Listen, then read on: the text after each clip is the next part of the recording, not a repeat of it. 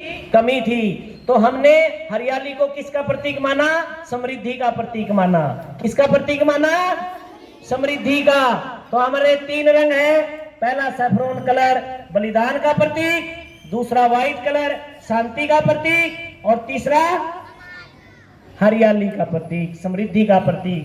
अब इसके बीच में एक और है, देखो क्या है, नीले रंग का, जोर से देखो, बोलो जोर से, अशोक चक्र। इसको धर्म चक्र भी कहा जाता है। 3री शताब्दी में सारनाथ के स्तंभ से इसको लिया गया है। और सारनाथ का स्तंभ किसके द्वारा बनाया गया था? अशोक के द्वारा। एक राजा था अशोक, क्या नाम था राजा का? अशोक। स्तंभ का मतलब एक उसने पिलर बनाया बहुत बड़ा ऊंचा। मैं आपको देसी भाषा में समझाता हूं। स्तंभ का मतलब होता है पिलर, जैसे पिलर खड़े हैं ना आपके बरामदे के, इस टाइप का एक सुंदर सा पिलर बहुत ऊंचा उसने बनवाया, और उसके ऊपर उसने ये जो निशान आपका है धर्म चक्र जिसको कहते हैं, ये उसके ऊपर से हमारे राष्ट्रीय ध्वज में स्वीकार किया गया है। अब आप इसके अंदर देखो क्या है, क्या लगी हुई है इसके अंदर, धर्म चक्र के अंदर, जोर से बोलो, तीलियां लगी हुई है। कोई बच्चा बता सकता है इन तीलियों की संख्या कितनी है? 24। तालियां बजाओ भाई, सभी टीचर तालियां बजाओ बच्चों के लिए। कमलेश जी जोर से तालियां बजाओ सभी। हमारे बच्चे इतने अच्छे हैं, इनको पता है इन छोटी छोटी इन सामान्य सी बातें हैं जो बहुत महत्वपूर्ण है कि इस धर्म चक्र के अंदर 24 तीलियां होती हैं। तो प्यारे बच्चों, जो आपने झंडा उठाया इसके बारे में आपको पूर्ण पता होना चाहिए। अगर ये चीजें जो मैंने आपको बताई हैं, ये सारी चीजें आपने कहां जाकर बतानी है? घर जाकर अपने माता पिता को भी बताना है कि इस झंडे का निर्माण किसने किया था? पिंगली वेंकैया ने। किसने किया था?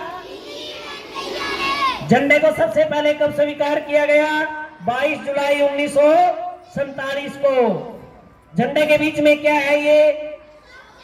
इसका दूसरा नाम धर्म चक्र। दूसरा नाम, इसका मतलब यह है कि हम निरंतर धर्म पर चलते रहे, धर्म का चक्कर निरंतर चलता रहेगा, ये हमें याद दिलाता रहेगा। तो प्यारे बच्चों, हम कल पूरा आनंद लेंगे अपने स्वतंत्रता दिवस का, पूरे आनंद से हम प्रोग्राम करेंगे। सभी बच्चों ने आना है, सभी आएंगे ना कल? बहुत बढ़िया, आपने मेरी बातों को सुना, इसके लिए मैं आपका धन्यवाद करता हूं। धन्यवाद बच्चों। हाँ भाई, प्रिय बच्चों, गुड मॉर्निंग। प्रिय बच्चों, सबसे पहले तो मैं हमारे बीच में हमारे बड़े भाई पूर्व प्रधान बलराज जी आए हैं, और ये समय निकाल के जैसे ही मैंने रिक्वेस्ट की तो तुरंत आ गए। तो एक बार इनका तालियां, तेज ताली बजा करके इनका अभिनंदन करिए, स्वागत करिए इनका, तेज ताली बजाइए, तेज। प्रिय बच्चों, बलविंदर जी ने काफ़ी विस्तार से बताया है। एक दो चीज़ मैं जोड़ देता हूँ, ज़्यादा लंबा समय ना लेके, आपकी एक रैली भी निकालनी हमने, और कल भी आप इसी ड्रेस में आएंगे, हाउस ड्रेस में, और कल भी साफ सुथरे बनेंगे। कल आपका प्रोग्राम रहेगा, और सुनीता जी जो एक दो बच्चे हैं इनका भी आप रिहर्सल कर सकते हैं। तो फिर ये बच्चों, मैं जो जोड़ना चाह रहा था, ये जो राष्ट्रीय झंडे के बारे में बलविंदर जी ने काफ़ी विस्तार से बताया है, एक दो बात बता देता हूँ मैं। पहले ये जो झंडा है, तिरंगा हमारा जो राष्ट्रीय झंडा है, इसको कोई लहरा नहीं सकता था। मेन प्रोग्राम पे ही जो है, कुछ जगहों पे जो हमारी राष्ट्रीय जगह है, गवर्नमेंट की बिल्डिंग है, उनके ऊपर जो प्रोग्राम के अंदर ही और परमिशन से ये किया जाता था। जब इसको फहराते थे तो शाम को उतार भी देते थे, सूरज छिपता था तब।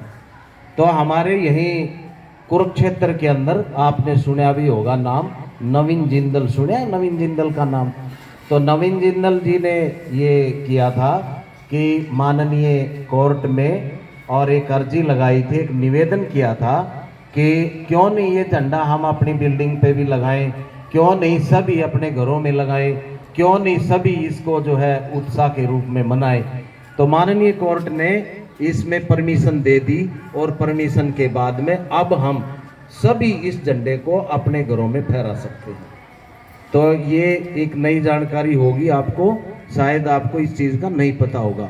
हमारा जो झंडा है बेटे, इसके अंदर जो ये गोल चक्कर है, ये एकदम इसको जो है लागू नहीं किया, इसकी बड़ी लंबी कहानियाँ हैं। पहले जो है इसमें एक चरखे का निशान था, जो बीच में जो ये गोल चक्कर है ना, यहाँ चरखे का निशान था। उससे पहले जो ये